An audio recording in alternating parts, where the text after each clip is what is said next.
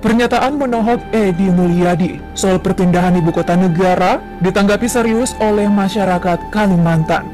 Berbagai suku di Kalimantan geram, termasuk para panglima tempur suku asli di sana, akan melakukan perlawanan. Nah, ada dua sosok pemimpin yang memiliki kesaktian luar biasa. Jika yang satunya pemimpin pasukan elit asli Dayak, satunya lagi menyatakan diri sebagai seorang panglima. Siapakah panglima tempur sesungguhnya? Mari aku ajak kalian kenal lebih dekat sosok panglima yang disegani di Kalimantan. Inilah Panglima Jila versus Udin Balok.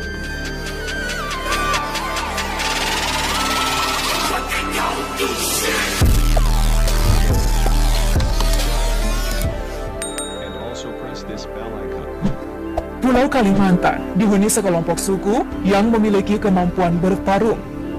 Sebagai wilayah yang masih kental tradisional ini, terdapat suku yang dikenal memiliki kesaktian cukup tinggi, yakni suku Dayak. Suku ini punya pasukan khusus bernama Pasukan Merah Dayak. Diketahui pasukan elit ini beranggotakan 15.000 personil yang tersebar di setiap wilayah Kalimantan. Pasukan inilah yang mati-matian berjuang mempertahankan keutuhan wilayah NKRI dan setia terhadap Pancasila. Sejak dahulu, suku Dayak menjunjung tinggi adat istiadat yang terus diwariskan hingga generasi selanjutnya. Mereka bahkan sanggup berkomunikasi dengan leluhur suku Dayak yang tidak dapat dilihat secara kasat mata.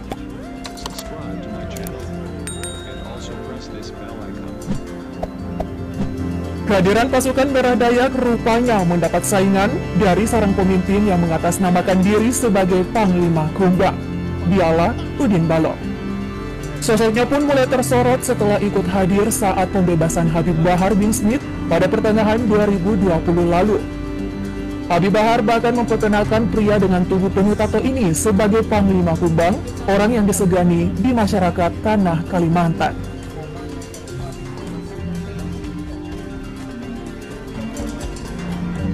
Usai diperkenalkan sebagai seorang Panglima Kumbang, masyarakat Kalimantan justru menentang sosoknya sebagai Panglima.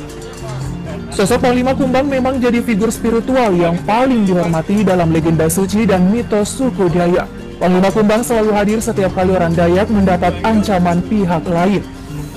Organisasi Dayak Internasional turun tangan atas klaim Panglima Kumbang yang disematkan terhadap pengawal Habib Bahar. Dewan Pimpinan Pusat Majelis Hakim Adat Dayak Nasional menilai Udin Balok menjual ilmu kebal kepada sejumlah oknum di negara bagian Sabah Federasi Malaysia, sehingga merusak citra humanisme orang Dayak secara keseluruhan di Pulau Borneo. Nah, setelah ditelusuri, nyatanya Udin Balok bukanlah orang Kalimantan asli, melainkan berasal dari Pasuruan, Jawa Timur, yang kebetulan pernah menetap di Desa Bajarum Sampit, Kalimantan Tengah sejak tahun 2000, dan menikah siri dengan orang Dayak setempat serta memiliki satu orang anak. Istrinya meninggal di tahun 2002, ia pun merantau ke Kalimantan Barat. Dipanggil dengan sebutan Udin Balok oleh warga setempat, karena ia bekerja sebagai pengangkut dan pengolah kayu balok di daerah tempat tinggalnya. Nama asli Udin Balok adalah Saprudin. Tahun 2009, Udin Balok menikahi wanita bernama Janah asal Kalimantan Tengah. Terakhir, ia pindah ke Kalimantan Timur dan menyatakan diri sebagai Panglima Kumbang. Wah, gimana nih Teknolovers?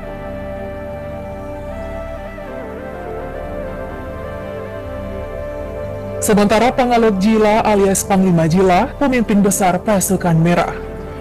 Panglima Jila yang lahir pada 19 Agustus 1980 ini di Desa Sampora, Mempawah Hulu, Kabupaten Landak, Kalimantan Barat. Tokoh ini sangat peduli terhadap adat, budaya, begitupun permasalahan yang terjadi di tanah Kalimantan.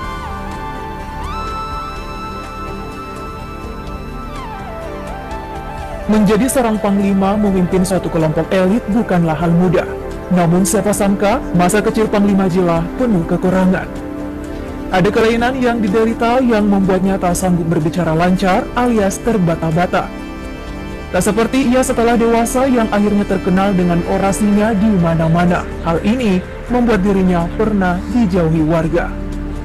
Ya, kedengarannya sedikit sulit menerima seorang panglima dengan kekurangan seperti itu. Namun, ada hal yang dimiliki Panglima Jila yang menjadikannya menjelma sebagai sosok disegani di Kalimantan.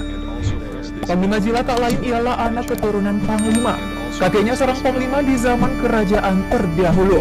Nah, jiwa petarung dan pantang menyerah mendarah daging dalam diri Panglima Jila. Postur boleh kecil, tapi kekuatan fisik bisa diadu. Sosok inilah yang menyatukan suku Dayak setanah Kalimantan. Hal itu yang membedakan Panglima Jila dengan Panglima sebelumnya. Kecintanya akan tanah kelahiran begitu besar, Panglima Jila akan berada di garda terdepan melindungi hutan-hutan di Kalimantan dari para perusahaan asing. Nah, ilmu kebal yang tinggi bisa kita lihat dalam video berikut. Terlihat ia sedang berlatih di hutan dengan para anggotanya. Panglima Jila memukul tanpa menyentuh, alhasil anggotanya malah merasa kesakitan.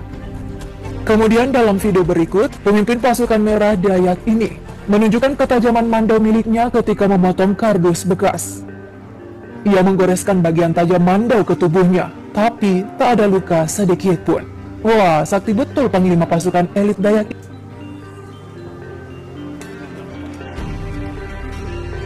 Sama halnya dengan Udin Balok. Udin Balok juga memiliki kekuatan sakti. Udin Balok viral setelah heboh disebut Panglima Kumbang. Tak sedikit stasiun televisi mengundangnya untuk dimintai keterangan soal siapa ia sesungguhnya. Salah satunya dalam acara yang dibawakan Tukul Arwana. Segala kehebatannya pun ditunjukkan hingga dipercaya sebagai seorang panglima. Selain menjadi orang dekat Habib Bahar, pengacara kondang Hotman Paris Hutapea juga ikut mendeklarasikan Udin Balok sebagai Panglima Kumbang. Hingga kini nama Panglima Kumbang masih dianggap mistis, tapi tetap dipercaya sosoknya ada di tanah Kalimantan. Orang menyebut Panglima Kumbang sebagai sosok sakral dan tak boleh dipermainkan. Gimana Teknolovers? Mengenakan adat suku Dayak dengan tubuh bertato tentu membawa aura segan bagi siapa yang melihatnya.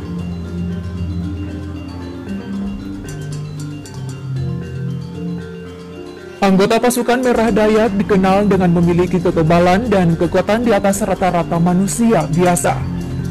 Kekuatan ini dipercaya masyarakat Dayak berasal dari Tuhan dan leluhur mereka yang masih hidup tapi tidak terlihat. Namanya juga pasukan elit, maka untuk jadi bagian dari pasukan merah Dayak harus memenuhi syarat khusus mulai dari umur, kesiapan, dan kesanggupan melaksanakan peraturan yang berlaku. Ada juga pantangan yang harus ditaati setiap anggota, seperti tidak mengonsumsi daging sapi, anjing, ular, dan kerbau. Selain itu, calon anggota pasukan merah Dayak harus sanggup melewati serangkaian ritual pembersihan dengan cara dimandikan oleh pengurus yang memiliki kemampuan spiritual. Ritual ini disebut mangku dan ulu balang yang dilakukan di tengah hutan.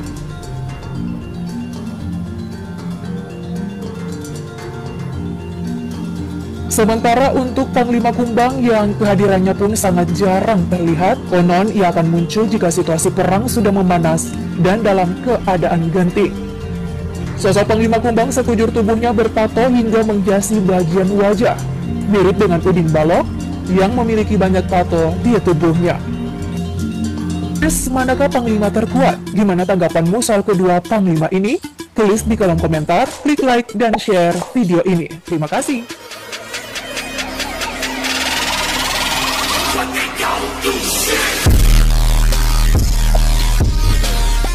Subscribe to my channel and also press this bell